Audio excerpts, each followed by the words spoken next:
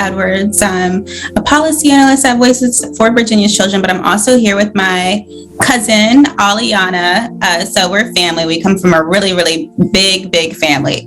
Not a lot of people interested in, I'd say, policy/politics. So Aaliyana and I really found this commonality, but that's what brings us to this special space today. Yes, hi, I'm Aaliyana. I'm a high school student, and as Chloe said, we do come from a very big family, and there aren't really a lot of people that share this interest with us, especially when it comes to advocacy. So I think it's really, really special and really unique that we both have the opportunity to share this passion and actually fuel to make change in the world. So I think I often say that our destinies come from either pain, purpose, passion, or opportunity. For me, I found my destiny through childhood adversity, through pain. As an advocate, as a child, now a children's advocate, growing up, we were often kind of taught children should be seen and not heard. We weren't really expected to have a lot of opinions. But when I felt like I was experiencing an injustice, I was always that one to speak up. So my nickname was Mouth Almighty, Tongue Everlasting. Growing up, me and my siblings, I'm a triplet, we did go through a lot growing up. Our father was incarcerated.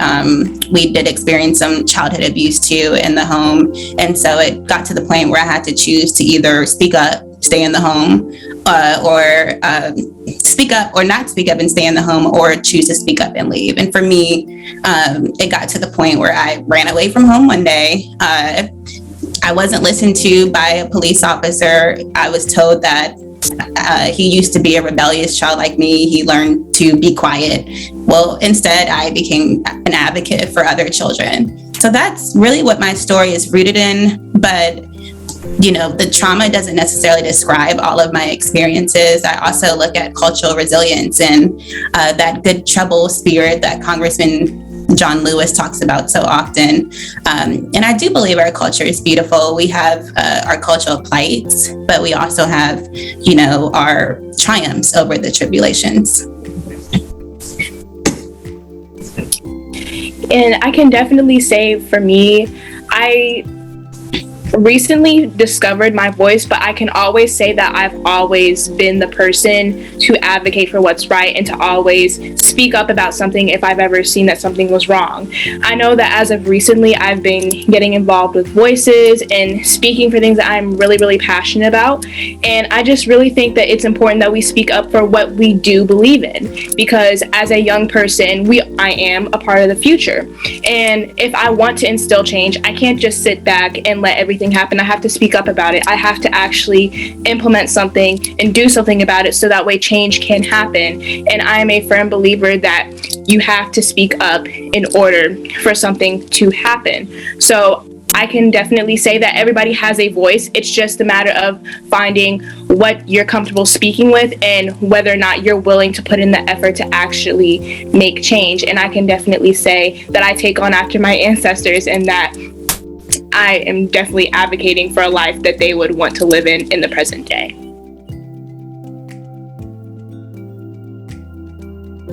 I definitely can say that my peers, and actually Chloe, really fuels me, because I definitely see where Chloe is right now, and I'm thinking this could be me one day. Like, I could definitely be in a place where I'm actually making change. And I can definitely say that my peers and fellow young people do fuel my drive to actually advocate for what's right, because I'm advocating for a future where we all can live in equality and we all can have everything that we need, and that we're not living in different aspects of this world where things are unfair or things are unjust and where people are being mistreated. So I definitely can say that the people who I surround myself with, they drive me to do better, because I want to live in a world where everybody has the equal opportunities to do what they want to do. No one should have to be constrained to pursuing what they want to achieve in life just because of their ethnicity or what they identify with sexually or anything. Like, I really just believe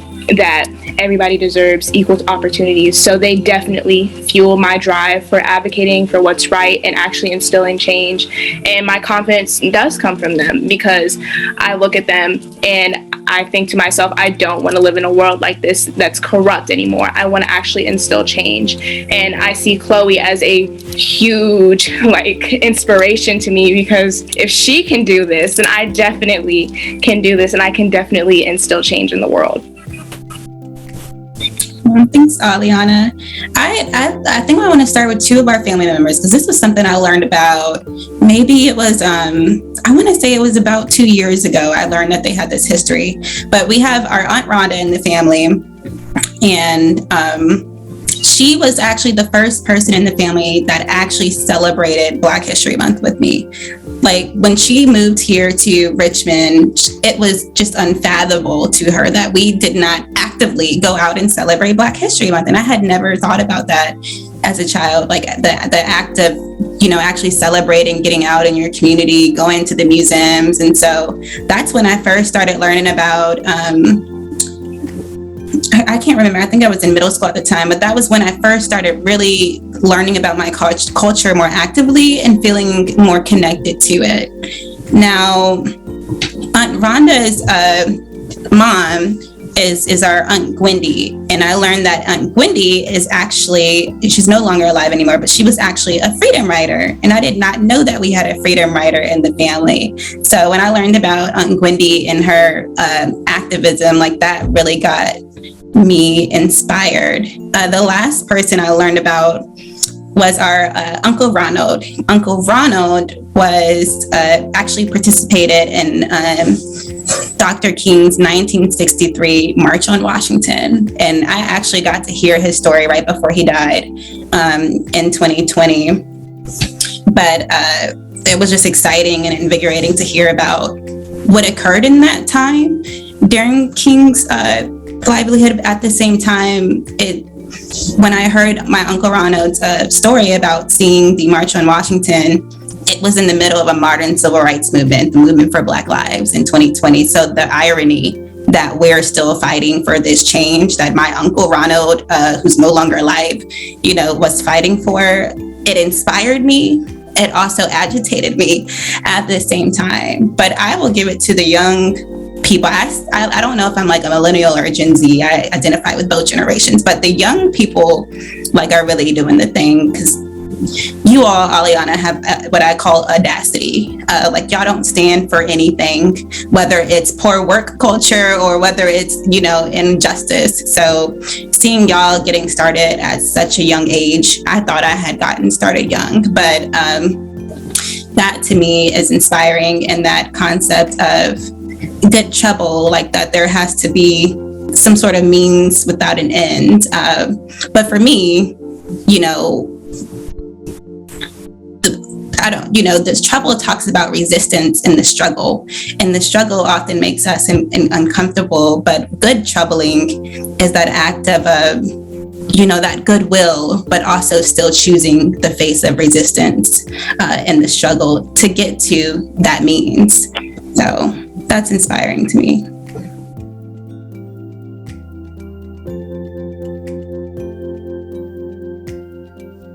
I think it's important to be an advocate for young people, because children are often taught that you should be seen and not heard, that you find your voice later on, future leaders for tomorrow, not today. And that to me has got to, one, stop. Young people have a voice. Young people can speak up for themselves. So to act like they don't have a voice or a mind of their own, to me is quite troubling.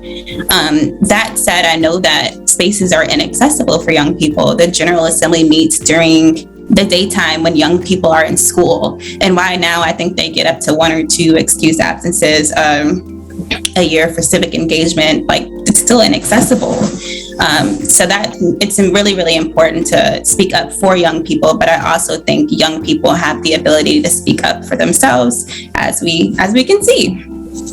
Yeah, I definitely agree with that. Some children really cannot advocate for themselves and they can't speak for themselves. So it's important that we have people who can advocate for people who cannot speak for themselves.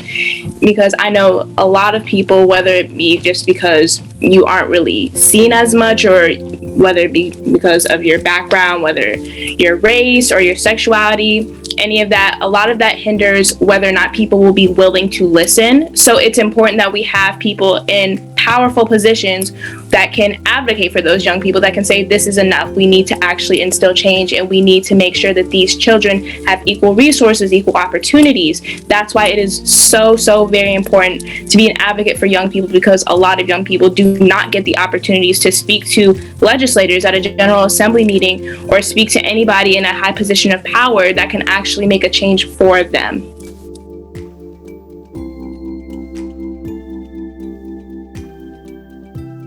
Number one concern is just how polarized the lives of young people and children are becoming. It's just becoming politicized, like what we're seeing happening in the schools, around trans youth rights, around COVID-19 regulations. I could go on really, but the fact that,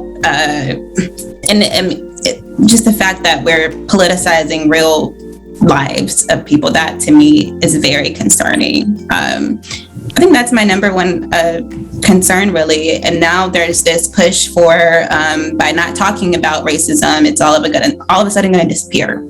And that's just not the case. That's not what history has proven to be the case. By not talking about injustice and by not talking about racism, it just equates to colorblind racism. It tells young people and others, oh, well, your experiences don't matter because I don't see color. Your experiences don't matter because I don't believe in these divisive, concepts. So I'm not trying to get into the polarization today necessarily, but it is really, really concerning for me still as, a young adult and seeing our youth have to face this political division within schools. I don't think it belongs in schools. I don't think it belongs, anywhere for that matter when it comes to politicizing real people's lives.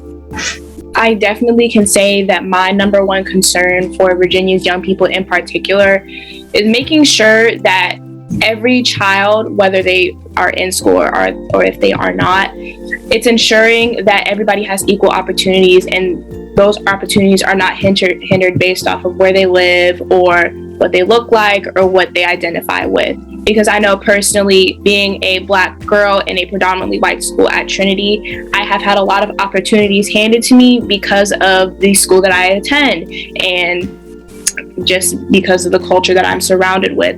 But at the same time, my experience as a Black girl in a predominantly white school is a lot different than a white male at a predominantly white school or than a white female at a predominantly white school. And I really just want to ensure that everybody gets equal access and opportunities and resources to the things that they need, because no child should have to have a lack of resources just because of where they live or what they identify with or the race that they are. And I know that public schools, they do not have an abundant amount of resources compared to a private school. And just knowing that I still struggle as a Black girl in a predominantly white institute that is extremely well funded just goes to show that if I still have it off a little bit rough, that someone who attends a public school definitely does not have the same opportunities that I do. And I know that every child has a great amount of opportunity and they could really thrive if they had the resources that they have. But since not everybody has equal opportunity and equal resources, we really need to ensure that everybody has resources that they need, whether that be mental health resources or just making sure that they're in a stable environment with their parents, if they have them, or caregivers. Like, we just really need to ensure that every child has equal opportunities, and it should not be hindered based off a lack of where they are, like physically or mentally or emotionally.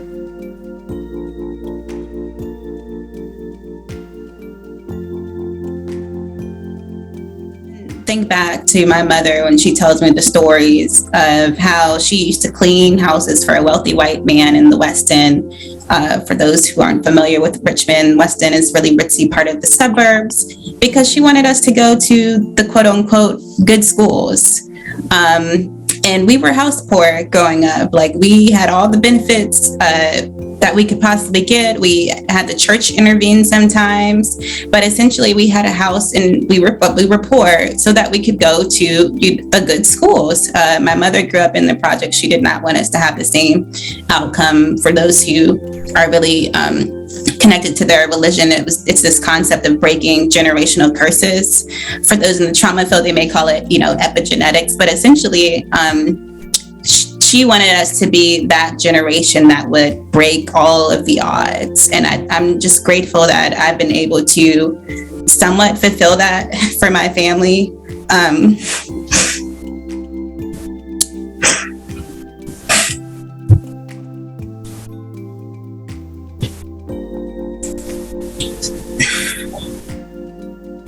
Didn't know I was going to get emotional. But I think that's also like a very unfair amount of pressure for people to feel like you have to be the generation that breaks all odds because of these injustices that exist and that we have faced for, I could speak for my culture, hundreds of years. So when I talk about a just future for young people, it's a future where equity and this idea of redistributing resources so people can be equal doesn't even exist. It's this idea of a future where everyone has access to equality, life, liberty, and the pursuit of happiness, and children don't have to bear the weight, the heavy load that comes with oppression and with adversity. So that would be my future, and I hope we can get there one day. It still feels like we're quite far away, but I just envision in a society where we don't need to talk about these things anymore. I definitely can say for me, even though I am still very young and I'm still figuring out a lot about myself and figuring out what I want to do with my life, I definitely can say that my purpose and one of my aspirations really is to get involved with the government, so that way I can work with people to uproot some of the issues that are going on with our world. Because I know that in a society where, as a Black woman, the world is basically put against me, and it's very hard to succeed, and Black women just never get the recognition that they deserve. I know that I have to go into the source of the problem and uproot those problems one by one. And of course, I won't be able to uproot them all, but my goal is to start something so that way the people ahead of me and the generations ahead of me do not have to deal with the struggles that my ancestors dealt with, or the struggles that I'm even dealing with right now.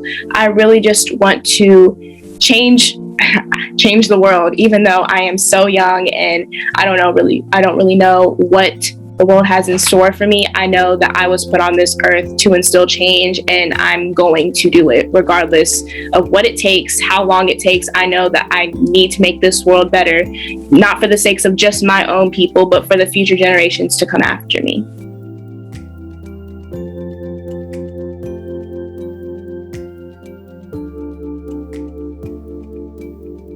I think I would tell myself that you hold more power than you think, and you are stronger than you know.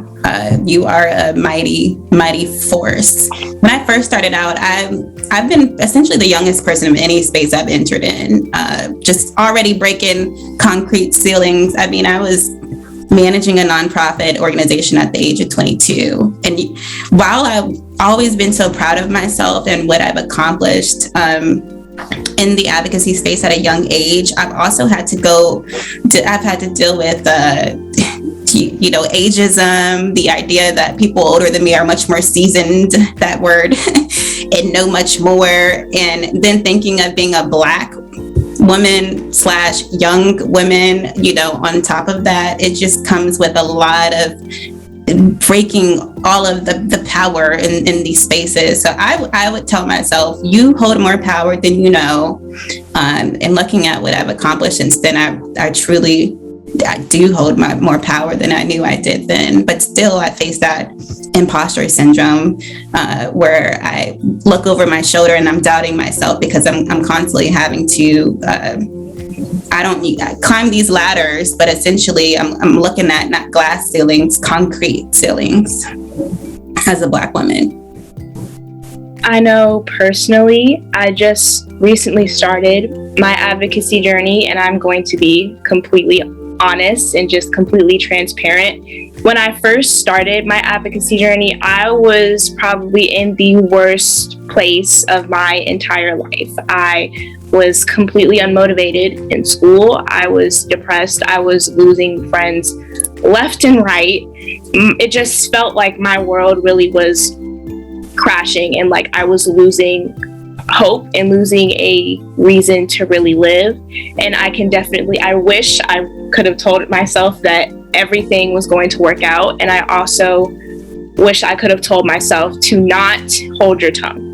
Do not hold your tongue. Don't let anybody tell you that you're too young. Don't let anybody tell you that you can't do it. Don't let anybody doubt you. You need to use the voice that you have, and you need to use it well. And I really just wish I could have told myself that it's okay to not be okay, but it's also not okay to stay quiet about what you know you're passionate about, what you know that you stand for. And it's important for you to use your voice. So do not hold your tongue fearing that somebody's going to take it the wrong way or that somebody's going to get offended. Because if they get offended, you're doing something right, because you're calling them out for what they're doing wrong. So I really just wish I could have told myself to be you. Don't hold yourself back. Don't try to compartmentalize yourself for anybody else. Just be you. Say what you have to say, because at the end of the day, what you have to say is going to reach someone. And when it reaches someone, it's going to instill even the slightest bit of change. I'd like to do a follow-up where I often look around a room and I try to see, am I represented here? Oftentimes I'm not. There's not a lot of other Black people. There's not a lot of Black women. There's not a lot of people of color. Sometimes I may be the only one representing all of us. So I think back to the first time when I entered the General Assembly, I did not feel as if I belonged at all. It looked fancy. Luckily, I had my nice suit on or whatever, but I was looking around. It seemed so formal that I just did not belong there. I had a suitcase and with several papers after practicing, my talking points. I was nervous to speak to legislators, but you don't often get a seat at the table all the time. We're often left out of rooms. Sometimes you can't see the table at all. So I would encourage others, just claim your seat and hold your power and hold on to it, because not a lot of other people are getting that opportunity.